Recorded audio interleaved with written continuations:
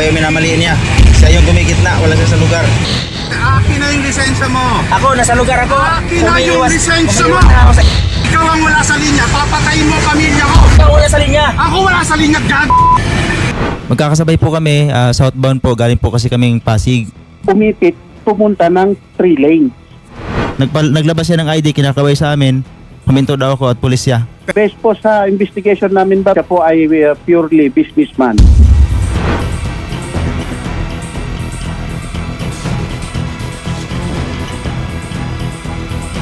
Sergeant Sabelio, ito po yung ating truck driver na si Kuya Julius Barcero. Ano po ang initial na aksyon na ginawa po ng Taguig City Police Station dun po sa road rage incident last November 24? Pagkatapos mag-report ni Sir Julius sa Substation 2, ay nagawa din namin na mag-follow up doon sa reported na binigay nila sa amin.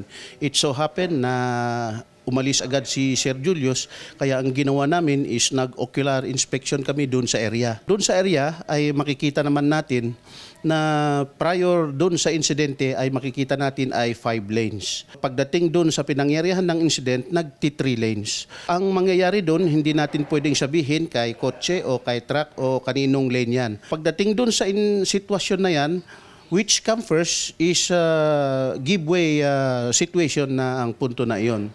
Nag-observe kami at in-record namin ang lahat ng insidente. Last Monday, pumunta po ang mga himpilan ng mga LTO at nakipag-dialogo sa atin. At binigay namin yung report at inaksyonan naman nila at sinokos naman nila yung other party doon sa LTO office, ma'am. Napatawag niyo na po ba yung both sides or yung both parties? Yung ating respondent na si Sir Fernando Kabuhat, siya po ba ay trinay na tawagan or papuntahin po dito sa police station? Si Sir Fernando po ay kusang nagpunta dito sa ating himpilan ng kapulisan upang ibigay yung kanyang panig. Kabilang team po ang humandel sa kanya at ako po ang in charge kay Mr. Julius Barcena.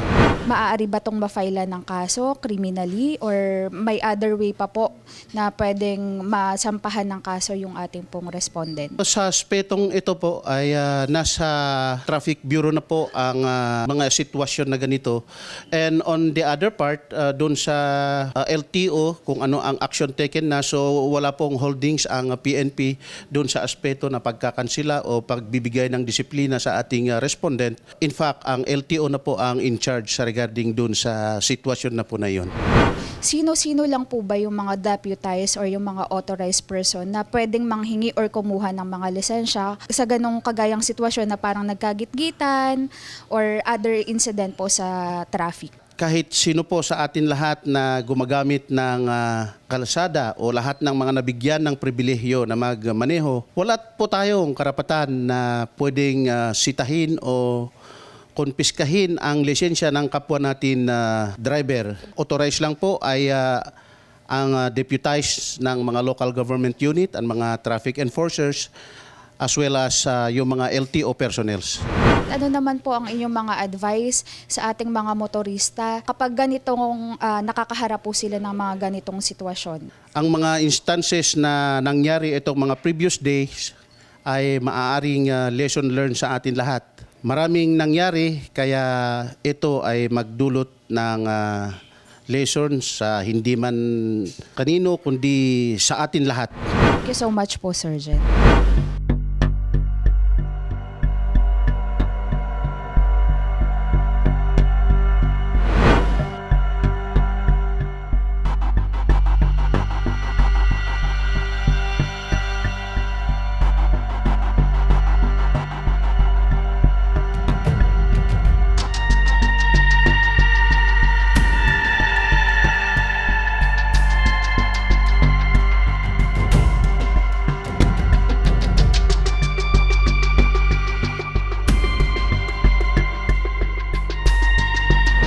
Sir Julius, ano po ang inyong mensahe po para sa katulad nyo na mga driver na nakaka-encounter ng ganitong situation o yung mga road rage incident? Para po sa akin, simple lang. Kagaya ko po, halos araw-araw nasa daan, buong buhay halos naibuhis na sa daan. Habaan natin yung ating mga pasensya Sana huwag kumabot sa kagaya sa nangyari sa akin na humantong pa sa ganito. Pasensya lang po ang kailangan, saka kunting pag-iingat. Meron ka bang mensahe para dun kay Sir Fernando na siyang nagkumukuha ng lisensya mo? Pasensya ka na sir kung nangyari ang mga yun. Walang kahit sinong ginusto ang ganong pangyayari.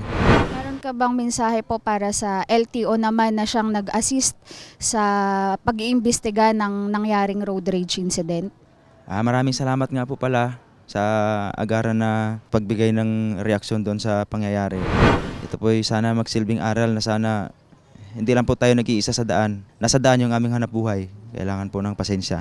Maraming salamat po sa buong team ni Idol Rapi Tulfo in Action sa kanyang staff. Sana po hanggang dulo, hanggang huli, maalalayan niyo po ako. Aasahan ko po kayo. Sir Julius, huwag ka mag-alala sapagkat nandito si Idol Rafi, ang aming team, para po umalalay sa inyo hanggang dulo. Idol, nakapag-file na po kami. Maraming salamat po.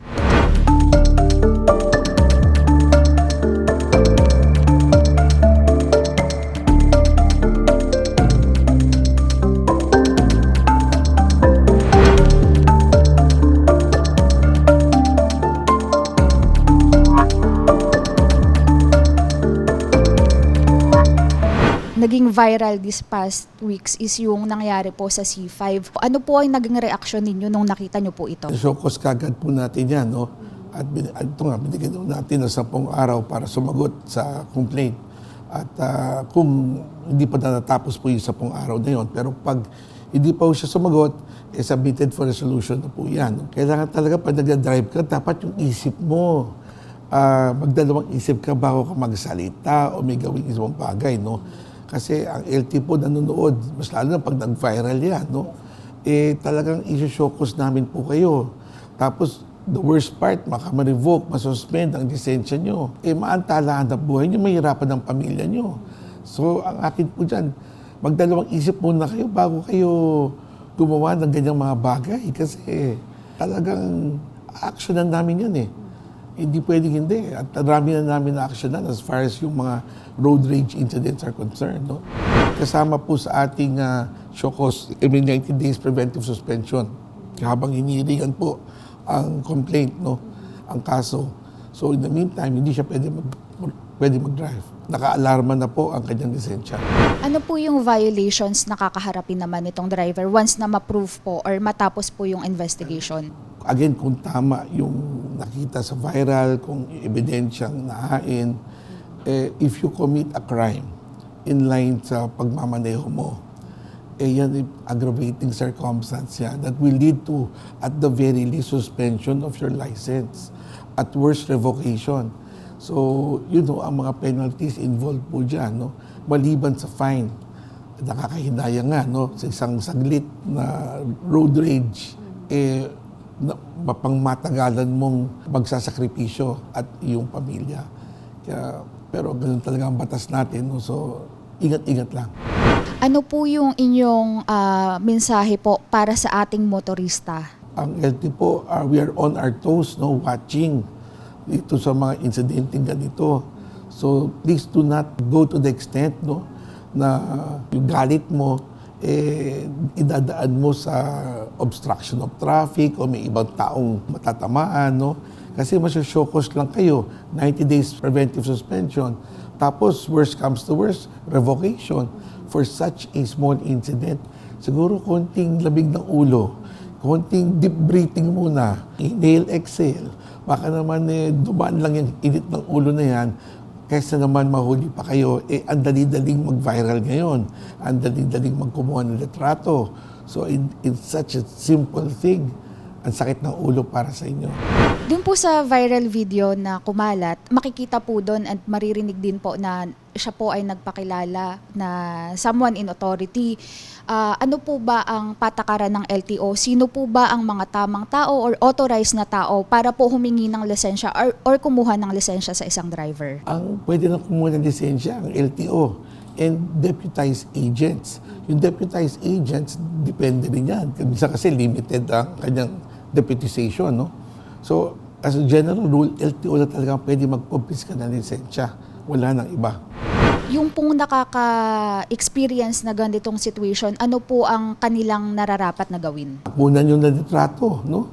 tapos padala nyo sa amin. Mas lalo na kung may makuha kayong plaka ng sasakyan, no? Padala nyo po sa amin. Sa Facebook naman ho kami, just type LTO, lalabas po yan. At padala nyo sa amin, kami na ho balak umaksyon dyan. ASEC, maraming salamat po sa time ninyo. Si Idol Rafi po ay umaasa na matututukan po itong mga kaso na inilapit po namin sa inyo, as well as po mabantayan natin yung mga nangyayari sa traffic. Opo, nakatutok rin po kami kay Idol Rafi. Nako, kasi lahat nagsusumbong sa kanya eh. So, tumitingin kami dyan sa kanyang site para makuha namin yung latest at makapag-action din kami on our own. Maraming salamat sa ginagawa niya. Kahit paano natutulungan rin ng LTO kasi minsan hindi umaabot sa amin itong mga problemang ito. So dahil sa kanya, umaabot po sa amin at nabibigyan mo namin ng karapat-dapat na aksyon. Thank you so much po, Thank you ASEC. po. Thank you.